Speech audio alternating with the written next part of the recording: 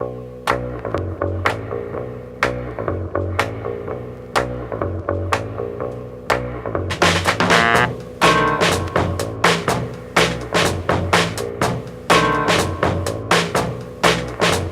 next speaker, John, is an award-winning motion graphic designer, trainer and presenter specialising in Adobe After Effects and Max on Cinema 4D.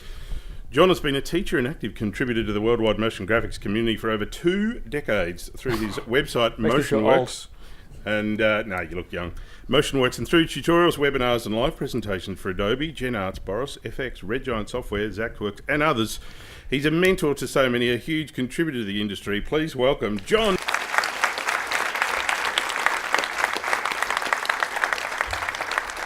Have we got any After Effects users here today? Come on, hands up. Is there anyone who doesn't use After Effects? Good, perfect audience. All right. I've been using After Effects since 1996. That was After Effects version 3.1. And I've been a beta tester since version 5. And I've always spent the time to check out what's new in all the versions. You know, it's partly because I love using it. I'm always excited to see what's new. But I want to integrate everything that's new so I become a more efficient user. But it actually surprises me that I left that guy on. It actually surprises me that there's lots of users who don't spend the time to keep up to date with what's new and they rely on only what they know. So you learn After Effects, you just use what you know, and you just go on from there. How many people actually spend the time to read all the new feature notes in every version of After Effects that's released? It's like, okay, only a couple. That's right. That's what happens. The trouble is that as new versions get released, features get buried. And I want to show you something. I did a bit of research while I was preparing this, and I went onto the wiki page for After Effects. Let me just zoom in here. All of my slides are in After Effects, of course. And have a look here. After Effects was released in 1993, version 1, codename Egg. And it had layers, layered compositing with masks, effects, transforms, keyframes, and it was Mac only. So it had, it was pretty easy back then. There wasn't much to learn. But if we I'm going to use my mouse wheel and zoom out here and zoom back in. If we come down right down to 2012, CS6, okay? There's 19 years, and that's 28 versions in 19 years, okay? So it seems like a lot, but bring on Creative Cloud. Now remember, Creative Cloud's digital delivery. So it freed up all of the teams, including the After Effects team, to roll out releases far more frequently. So we've got from 2013 to 2017, which is the current release. It was released in October 2017, which is 2018. Yeah. And I just actually installed the latest patch this morning, so I was living dangerously. But it seems to work. But check this out. That's 4 years, right? 4 years, 21 versions. Okay? So you can see the difference. 19 years, 28 versions, 4 years, 21 versions. And they're not all just full releases. There's point releases. But because it's Creative Cloud, the team are doing a lot more smaller things. They're putting in all those little features that can easily get lost if you don't keep up to date. And the problem is, if you're not using those features, then it's going to slow you down because there's so many good little things that can speed you up. So there's things that have been buried over the years that become like fossils, right? Okay, I guess eventually they become diamonds, they get compressed. So hopefully I'm going to dig up a few of those diamonds today. Some of them you might know of, some of them you might not. And when I was preparing the presentation, I was thinking, damn, there's a lot I could do for that, but I ended up realizing it was going to be an entire day of presenting. So I'll keep that for a later recorded workshop. But so think of today as a workout, okay? So we're going to trim down, hopefully trim off some of those seconds and minutes from your After Effects workflow and allow you to wait less and work more. So let's have a look.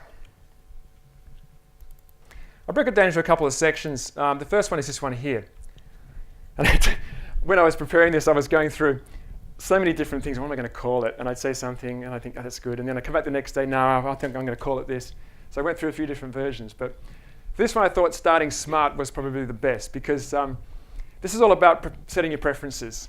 There's preferences that you can set, and you can set them once. and you can forget about them, and they're going to save you time on every project, okay? And I'm guilty as well. You know, I might go to a freelance gig, and I don't bother setting the preferences when I start. I'm there for 8 weeks, and every time I launch After Effects, something gets in my way, or I've forgotten to set something, and it really pays to do this up front, and you can save a little bit of time. So let's take a look at the kind of things that I think are important. The first one is this one. Who uses the start screen? No one. No one. Who's ever felt that the start screen gets in your way? Yeah. That's great. I hope, you're taking some notes, Adobe. It's a pain in the ass. It always gets in my way. And interestingly, in 2018, they've changed when you launch After Effects, you can choose a new comp or new comp with footage. And I found when this was in here, things started to slow down. I think there's some sort of bug going on in there. But turn this off. Okay, just turn it off. Don't put up with it every time you launch After Effects. Just turn it off and forget about it. Let's jump into preferences, and we'll see where that is. So I'm going to just press Control-Alt, semicolon. And it took me a while to transition across to Windows keyboard shortcuts because I was Mac for 20 years. But now I can't remember my Mac shortcuts much, but I might switch between the two. It might say Option instead of Alt and Command and so forth. Okay, so we're in Preferences. So the first thing to do is come down to this guy here, Show Start Screen at Startup, and turn it off, okay? I'll just turn it off now. Drink like that, okay. So what's next? There's a couple more things in here that you should consider. The next one is your disk cache. So the disk cache is enabled by default, and in order to get good performance out of this, you really want to put the disk cache on a separate drive to the one that you're launching After Effects off, and try and use a solid state drive, because all of this can speed up your workflow. And we're talking about disk cache, of course. We're talking about doing a render, a render, big comp. Clients just come, you've just done a RAM preview, they've made a small change, and because you've got the disk cache turned, it's only going to render what's changed. Or you close the project down, open it up the next day, it's in the disk cache, the RAM preview is going to happen really quickly. These are little things that can speed up your workflow. One thing you might want to do though, let me just cancel that. In the timeline, you can see we've got the green bar down here, and if we have the disk cache, it's loaded into disk cache, there'll be blue sections. What you probably want to do is right-click and just turn off Show Cache Indicators, because that is a speed hit as well. You don't need to have that. You can just turn that off, okay? So that's something to keep in mind. So I'm going to go back into my preferences, and a couple of other things. Something new in the previous version of After Effects was the new project. I like to keep my projects really organized, but I am guilty in the past of always setting up a new project every time I start a new project, getting my folder structure, getting my naming in there as well, getting it all right, and it takes time. Of course, we're trying to get things fast. We want to start at a sprint, not at a crawl. So the great thing about this is you can set up your template project exactly how you like it, and just click this on, New Project Loads Template. And then every time you launch After Effects with a new project, your template will load, okay? Great little time saver. For me, that's a no-brainer. And lastly, Autosave. Who here hasn't had Autosave save them at some point? Everyone has, okay? Who here always has Autosave turned on? Not everyone. Okay, so I suggest turning it on. I like to, let me just zoom in here. I like to have it save every 5 minutes because I'm really, I guess I'm really nervous After Effects artist. But I also like to have lots of versions, because it's always the case when you have autosave turned on and then you come back and you should have had saved 6 versions, not 5, because it was that 6th one you needed. So I tend to have that up to about 20, but there is a bit of a gotcha. If you've got a really bloated project panel, and often we do when we're working, right? We've imported projects, and you've got, especially if you're a freelancer, you're importing projects into projects. If you've got autosave turned on every 5 minutes, it can really get in the way. You're just getting into a groove, and boop, autosave comes up. And you've got a bloated project panel, and it literally says, 1 minute to save, which is a pain in the bum. So you need to keep your project as lean as possible. You can see I'm still getting used to the Windows key 2 years later. Okay. All right, so there's just a few preferences you can set up. So start strong. Don't let these things get in your way. Don't ignore them. Just set them up and forget them. All right.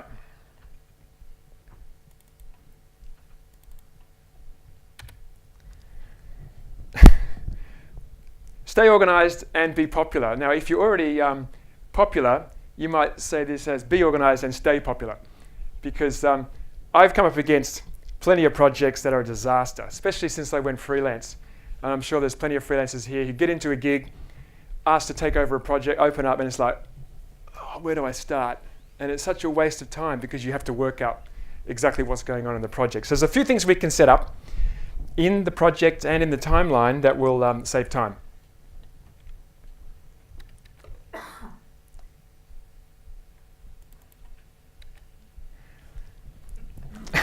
Okay, so how many people have seen something like that on my left and felt like spewing, right? Seriously, it's like you go into a freelance gig, and it's always the designer who just left that did the project, and you're the one who's picking it up, and there's no one to ask. So you've got to look at that and think, okay, where do I start? Now, I have to admit that I actually started there and I had to reverse engineer my project to make it messy. So I was pulling it out and trying to make it messy because I like to stay organized. So on the left-hand side is the muscly one. So at the very top, we have 2 folders. And obviously, you're going to have your own hierarchy. You're going to have your own, I hope you do, have your own setup. I like to have my comps in a comps folder and all of my source in a source folder. And I want to be your best friend as far as when you pick up my projects. I want you to be able to go in the second image here, you can see, if I just zoom in. So I've 12 open comps, and inside comps I have a main folder, and those three compositions are all my render comps. So you know when you pick up one of my projects and you open the main folder that they're the comps that were rendered. Okay? They're the most important comps. And the thing about doing that is when you finish your setup, or when you finish your project, select those and you can consolidate your project, and you know you're going to keep everything you need. And I've got pre-comps in a pre-comps folder, and I've also used a hierarchy for certain things. If there's a whole bunch of logo compositions, then stick them in a folder. Make it easy to use. And you'll thank yourself when you pick it up afterwards. And of course, a source folder. This project was done with Avid. There's Cinema 4D renders, Photoshop. And a solids folder. Now, can anyone notice something unusual about where the solids folder is? It's inside a folder, right? So you can now do that. You can put the solids folder wherever you want, which is a nice way to stay organized. One thing you want to do, though, let me just zoom out, is you can see the solids folder is down here. It's outside at the moment. If you drag the solids folder into another folder, you need to make sure that you have this checked. Because if you drag it in without that checked and you make a new solid, it'll make a new solids folder. Okay? So you've got to tell After Effects what's the solids folder. Everyone going, isn't that good? Yeah, so you can hide it deep, deep, deep down, but you must make sure that you tell After Effects that it is in fact the solids folder. Okay? I remember. Who remembers After Effects when solids didn't actually appear in the project panel? The solids were just some sort of virtual thing. They weren't actually in the project panel. Okay. So that's the project. Let's take a look. If I just press the tab key here, I'm just going to use my arrow keys to come back. I'll come.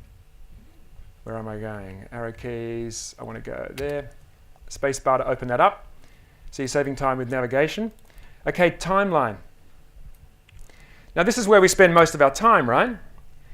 And you can see on the left, it's the same as the project panel. It's such a mess, okay? You've got adjustment layers that haven't been named. You've got solids that haven't been named. You've got, even you look down at number 49, 50, 51, it's just a JPEG that's been imported and it hasn't been named. It's like you have no idea what it is. The color swatch is there. There's no sense of organization. You can't select things based on color. Big problems with that. There's also some layers there that have been turned off. But imagine this is the final render comp. Big problem leaving layers in there turned off, especially if someone else is picking up your project. So of course over here on the right, let me just zoom in here.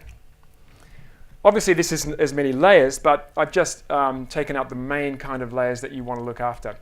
So we've got the vignette, an adjustment layer, which is a vignette. I like to name my adjustment layers with exactly what's in them. If I've got more than one effect, I'll just name it. You know, vignette, curves, whatever, blurs. Beneath that, we have a scale control. This is a null object. So I'm naming my null objects. Get a comp and it's got null 1, null 2, null 3, null 4. You can check the parent column to see what's rigged up to what. Just name it. Right? Tell us what it's doing. Even this is probably a little bit too obscure.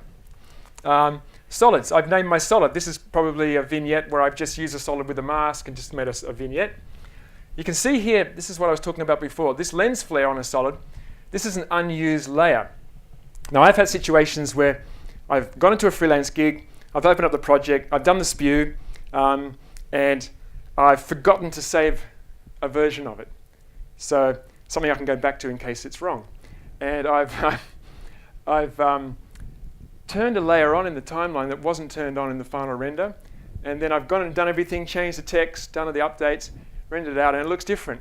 And then I've got to sort of work out what was the layer that I turned on. So two things here. Save a version before you start messing around with something like this. But if you're preparing this kind of comp, just keep the layer in there, fine if you need it for later, but lock it and make it shy. Just get it out of there.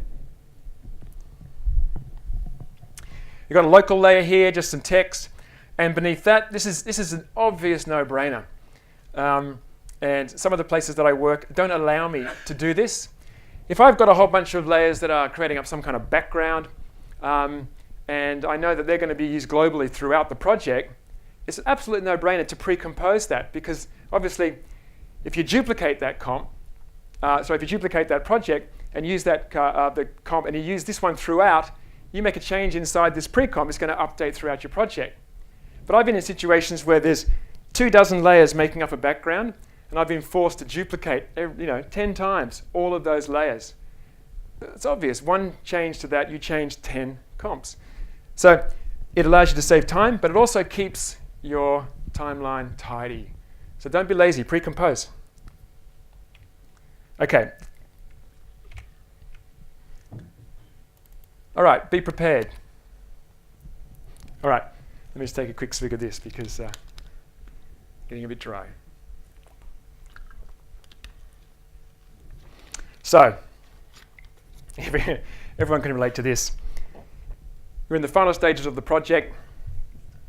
People have come and give approvals, all looking good.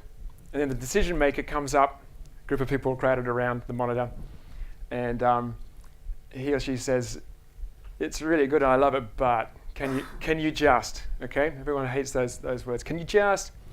And you haven't set anything in place that's going to save you any time to make changes. You've got a big project, so you've got to dig down and find things. Nothing's linked up, and it takes time, right? And we're talking about, waiting less. So there's a few things you can set up to save you time, but you must do these things as you go, because with all the best intentions, after a big project, you're not going to go back and start linking things up with expressions, because once it's done, right?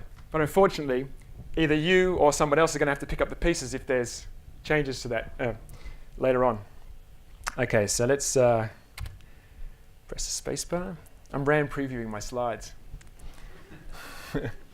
Okay, so let's take a little look at a swatch.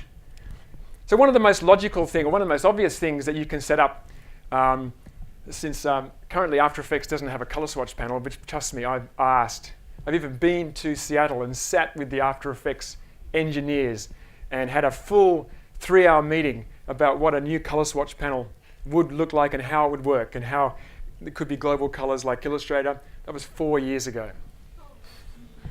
And I still haven't got it, right? So every time as a tester, I'm going, what about that color swatch panel? So if it ever gets in there, thank you, right? But there are a few things you can set up to make it a little easier. And the Essential Graphics panel, which was released in the previous version of After Effects, is actually one of those tools you can use. Because you've always been able to link things via expressions and create kind of expression controls, but not many people do that. Pretty much no one I've ever worked with has given me a project that's had kind of like a an interface with expressions that help you update the project more automatically. I've got a color swatch here. It's a solid. I'm going to apply a color to it. Now I'm going to hit Control Space, and that's going to launch Video Copilot's terrific little tool, FX Console. Everyone using that here? Yeah. Only a few people. The first thing you should do as soon as you use After Effects, as soon as you leave here, is download this free tool. Okay? Unbelievable time saver. Okay? Control Space. I'm going to type in fill, hit enter. That's going to apply that. Never go to the bloody menu and choose an effect again. Especially when you've got menus the length that I've got. I've got so many effects. Look, it's got 2 rows. And I haven't even installed them all. Right? You never find them. And that takes seconds to find things, and it slows you down. It gets in the way of good workflow. Okay, so fill effect. Now, if I go to just outside the comp here and just right-click, I can choose Open in Essential Graphics. That's going to open the Essential Graphics panel. Now, the Essential Graphics panel was included in After Effects for After Effects users to create compositions that a Premiere Pro user could open and adjust on the Premiere Pro timeline. But as soon as I saw it, and I know other users are the same, they thought, well, I can use this to speed up my After Effects workflow, even if I don't create motion graphics templates. So let's see. Now, I want to drag the effect from the Effects Controls panel into this Essential Graphics. And of course, I'm going to click and drag, and it doesn't work. That was a feature request, so hopefully that'll work soon.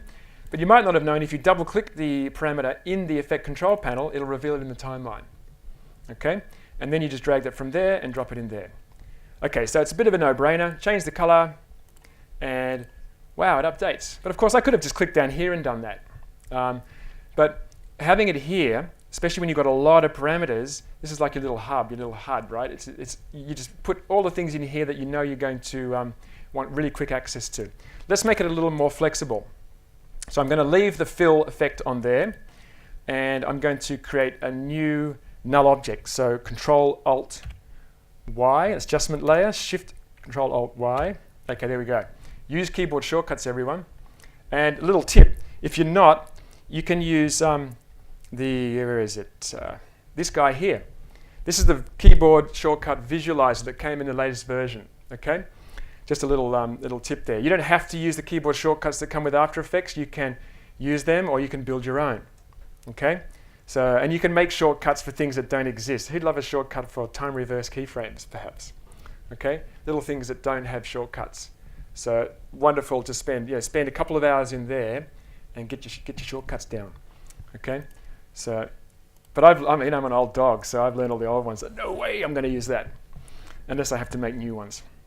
Okay, so we've got a new null. Of course, we're going to name that null, because otherwise I'd be a hypocrite.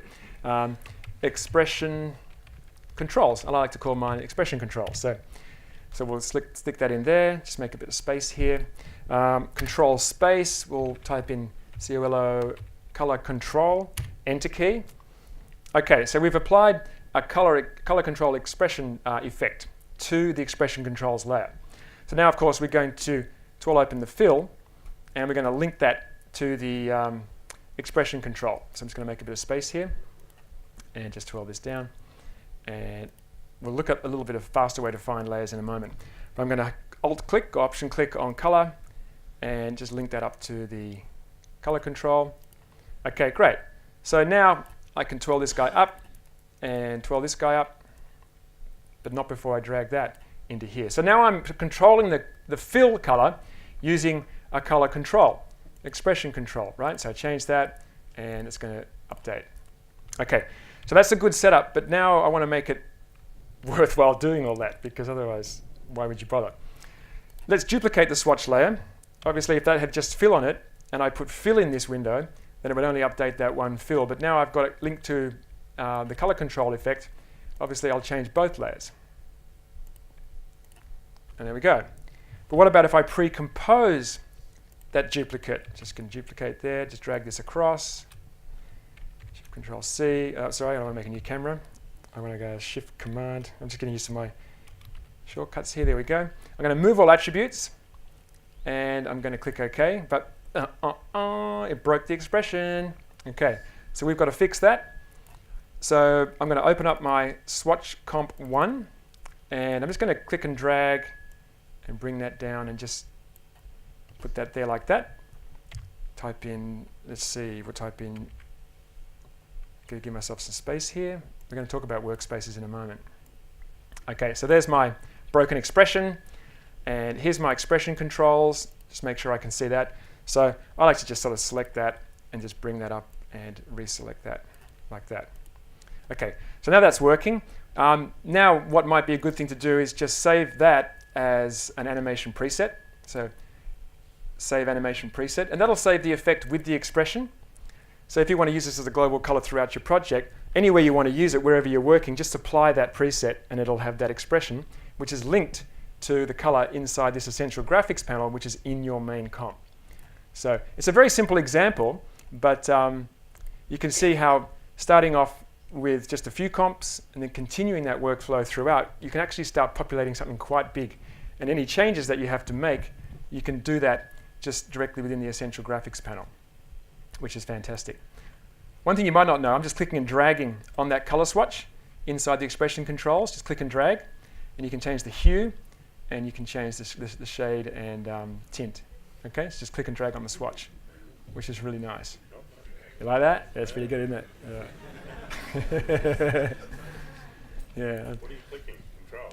No, I'm just holding my mouse button down and clicking on the swatch. Okay, change the hue and change the tint and shade, which is really nice. That's right. Okay, so that's just a basic version of that, right? Let's just take a very quick look before we move on and see how we're going for time. Okay, we're going well. Let's take a look at, let me just bring this back here and go reset to save. Beautiful, see that? Save time, didn't it? We'll talk about that in a moment too. Okay, so I'm going to close up all of my timelines and come back to this guy and come down to this guy. Okay, so this is a template I created. I was paid by Adobe recently to do 60 motion graphics templates, and that took a lot of work. 60 motion graphic templates that are available on Adobe Stock for free. You can download them for free. And I allocated a certain amount of money for it, and then I realized that I had to design it, build it, and then build all of the parameters in the essential graphics panel and link them all up via expressions, and that added hours to the job. But this is one example, and you can see here, I've just got a proxy enabled. I'm just going to reveal that in the project there, just turn that off. And of course the font's not there, that's fine. But I'm going to open in Essential Graphics and have a look at this. So this is a more populated Essential Graphics panel. You can see I can change the text, the color. I've linked up the scale, the position, the box itself, which is made up of a couple of solids, is adjustable. You know, I can change the width and the height. Let me just bring this in here and do that. I can change the position of the box. So once I had designed it, I could go in and I could build up this interface. And this is designed for Premiere Pro users, but you can see how useful it is in After Effects as well. I haven't got to dig down deep to do things. It's all available here in this panel. And up here I've got a thing called Master Color. What I've done, if we just come back to the main composition, I've actually got a lower third in here as well. Let me just bring those and turn those guys on. So excuse the font. I actually did turn on my modem to get the fonts to sync, but it doesn't matter. I wouldn't choose these fonts. Thanks very much. Don't judge me. Mind you, I was limited to use the default Typekit library. I had all these great fonts because I have Typekit and it's great fonts. And I did everything, and they said, no, you've got to use this restricted library. So I had to sort of go through it and find anything that looked decent. But it was all better than this. But you can see here I've got just a lower third. Now the lower third actually has its own essential graphics panel. Right? So it's the pre-comp. I can choose a single or double line. I can change the text. I can even, this is a shape layer, so I can change the roundness of the banner, change the opacity. It's all linked up via this essential graphics panel. But if we come back to the title here and just open up this one, actually, you can do it from here if you want to, but you've got lots of comps. It's hard to know which one's which, so harder to find. Just go into here and just right-click Open Essential Graphics panel. I just want to have that open, and you can have this. There's no lock on it. It'll always stay open in your interface, no matter what comp you're looking at. So if I come into this one here, and I change this master color, just bring that into here, that's going to change the color in the lower third. It's going to change the color in the background. So there's also a little bit of red swatch in there as well. So you can get as complex as you want, but all of this saves time. It's one click and I change the color. Okay, great time saver. But you must set it up as you go, because you're just not going to go back and do this at the end. Right? It's really something you do as you go. And you go, oh, it's easy for you, John, but it's not really. I'm just the same as you guys. You know, the same projects, the same deadlines. Even if it's just simple stuff, just drag a couple of little things in there. Little things, just that can save you time. Okay, let's move on. Just going to close all my windows again. Just reset my workspace. That's right, nice and tidy there. And let's talk a little bit about actually workspaces. So take the work out of the space. Okay, the unified interface was introduced into After Effects in version 7. I remember doing a little teeny weeny tutorial on it. It was funny because I did the tutorial and I went to NAB that year, and the After Effects team was saying, yeah, we use that to show everyone else in the team how to use it. So that was good. It's probably still out there somewhere. But the interface was designed to make After Effects easy to use, but it can tend to get in the way because you're sliding panels around, and it's just, there's a few things you can do to make that a little easier. So let's just zoom out here. The first is, and it's just a couple of things. Up here, at the top here, if I just zoom in, these guys up here, who uses the preset workspaces in After Effects? That's fantastic. Only about 2 people. I don't either. Okay. Who makes their own? Yeah, see? Isn't that cool? So piss these ones off. Don't have them there. Just right click on these double arrows, edit workspaces, and just keep them, but just do not show them. So just drag them into the do not show. Just do not show. Who uses all panels? This is when the client comes in, just quick, all panels. Yeah, right. All panels, geez. So get rid of everything. Small screen, standard, default, out of here. Click OK, and it's got me, right? Just got me. So I'm messing around with my interface. I can very quickly come and right click and reset to save layout. You see, I've been doing it in this demo. Haven't been frigging around trying to work out where things are. Just reset it and you know where you are. Okay? Get rid of everything except the ones that you really use. Okay, so you might want to use this one. Edit this, look at that. So ETLAT. So doing something in one comp while you're looking in another comp. I've been guilty of being lazy, you know, digging down into a comp, changing the font, coming back to the main comp, RAM previewing, you know, it's just over and over, that kind of workflow. And it's slow, it's repetitive. Don't be lazy. Now you can do this from the menu, but if you just use a keyboard shortcut, so Shift Control Option N, that will bring up a second window. And this is your master window. You can see it's locked up here. And I'm just going to fit these up to 100%. Okay, so now if I drag in the middle here, I get that whoot, whoot, okay, which is really nice. So now if I make a change over here, I can see it update here. So I want to dig down into this comp. Now I could double click, but better to just press the, not the space bar, sorry, the tab key. Press the tab key, just use my arrow keys. I'm going to dig down into here, into section background, because of course I pre-composed. I knew I was doing multiple slides, and I knew the section background, the background might change, so I pre-composed that up front, so that any changes will change in every slide. Okay, it's simple stuff, but it's surprising how many people don't do it. So spacebar to open that up. Okay, so new solid, Control Y. I'm going to name this, of course. I know the effect I'm going to use, so I'm going to call it Venetian blinds. Enter. It's really small, so Shift Control Y and make comp size. Okay, you must use shortcuts, everyone. Okay, so working in here, viewing it over here. This, of course, could be on a monitor as well if you wanted to. You can have that. Control spacebar, Venetian blinds, Veni, and I hit Enter to apply that. So I'm going to come home, bring my time indicator back to home. I'm going to set a keyframe for width, and I'm going to just bring that width right up. If I change the transition completion, we can see there's nice thick bars. I'm going to go to the end, so I'm hitting end on the keyboard, and I'm going to, let's see, change that to a width of, say, something like that. Okay, so now I've got a longer pre-comp than I have main comp. So when I went to 10, this is only 5 seconds in the main comp. That's why you couldn't see anything on the right-hand side. All right, so I just come back before 5 seconds.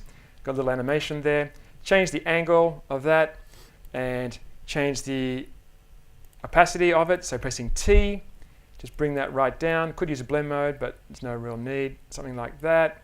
Okay, so we can see it in here. Want to preview that, come down to this button here and just always preview this view. Okay, so now when I press the space bar, home to come to the beginning, space bar, mine's previewing full screen because I have that set in my settings, but I'm always going to preview that view. Okay, so working, edit this, look at that. Always set your comp you want to preview, and it's much faster. You see how I didn't really have to shift any panels around? It's all right there. And of course, save it as a workspace, ETLAT, and then just pop into that whenever you want to. Okay, so how are we going for time? I could talk all day, as you can tell. 12:32. How long have we got until? 12:40. 12:40. 8 minutes. All right. It's amazing how much I can cover in 8 minutes. That's when we've got to go to lunch. So, but yeah, 8 minutes. 8 minutes. We're going to have some questions. Standing between people and food, but that's your call, John. Yeah, but what's more important than After Effects? Would we get time for questions? We may have to come back to it at the end of the day. Okay. Well. Okay. So let's leave 5 minutes for questions. I'll just do one more thing. Just in here, I figured I wasn't going to be able to get through everything. Just about conquering layers. Okay. So not controlling. You see, I left that set up there. I want to bring this guy in here. So I'm going to come back to my setting here, reset to save, come back to conquering layers. So find it fast, keep it simple. All our time is spent adjusting layers and in the comp panel and moving things around. And if it's not organized, as we talked about before, you can quickly get lost and you break your train of thought, and that's when mistakes happen. Let's find the layers fast. Let's keep it simple. So just another quick example here. This is another preset that I created that's available for free on Adobe Stock. And you can download these motion graphics templates, and if you unzip them, and then unzip that unzip file, you'll get the After Effects project. Okay? There's a little trick there for grabbing hold of these. So just something simple there. And let's just take a quick look at selecting layers. So I'm going to just undo that proxy. Let me just zoom out, right-click, reveal in, not in flowchart. Who uses the flowchart? Blah. Okay. All right. So right-click over here, reveal in project, turn that off, because I'm using full-res proxies here. Look at that. Yum. Okay. So just selecting layers. Of course, look, this has got lots of adjustment layers and solids. And when you're in here, you can't really tell what you're going to select. You get a little bounding box over something, but you click on it, I just happen to be lucky to select that, right? There are faster ways to select layers, and here's a couple of them. You might not have noticed, but if you drag your cursor over the layers in the timeline, you get a little bounding box over layers, so you get a little visual clue about what you're going to select, but it's still no good with adjustment layers and things like that, because they're all the same size. And who's been so frustrated by trying to click in here and always selecting that damn adjustment layer? So you've got to lock it, right? You can right-click, though, and choose Select at the very bottom. Okay, so if you don't know that one's there, it's really handy. It's kind of like using the Move tool in Photoshop. You can do the same thing. So you can select, as long as you've named your layers, which we know you're all going to do from now on, you can do that. Another really good way to select layers, I use a extended keyboard, and I brought my own, $24 from JB Hi-Fi. Just use the keypad. If I want to select layer 4, hit 4. Okay. Want to select layer 11, 1, 1. Okay. And notice how if I select layer 12, it'll bring that layer into view. 1, 2. So it brings it up. Okay. Now if I want to select, if I come down here and manually select layer 1, then hide that. If I hit the X key, that's going to make that first active. Okay. So you've got lots and lots of layers. Just select it on the keypad and it'll bring it in, or just do it manually, or it's hidden or whatever. Hit the X key, that'll bring that into view. Great time saver. Okay. But the fastest way to select things is just to come up to this little search box. I'm going to select layer 5, and I'm going to type in color. Let's come back to, where are we? Layer 5.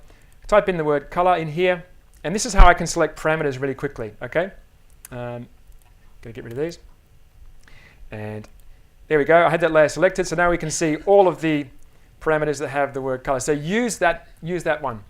If you're not sure what you want, just twirl the layer up. You can press Control and tilde, and Control and tilde will reveal all of the parameters. It'll twirl everything open. Great when you're using something like particular. Then you can hold the Control key down and select the things you want, and then press SS to solo those, which is great. And then if you want to get rid of something that I didn't want ambient, you can press Shift Option and click it, and that'll hide it. Okay, and this is just scratching the surface. This is why I'm going to create weight loss for After Effects users as recorded training, because there's so many other things that you can do. Round of applause for John.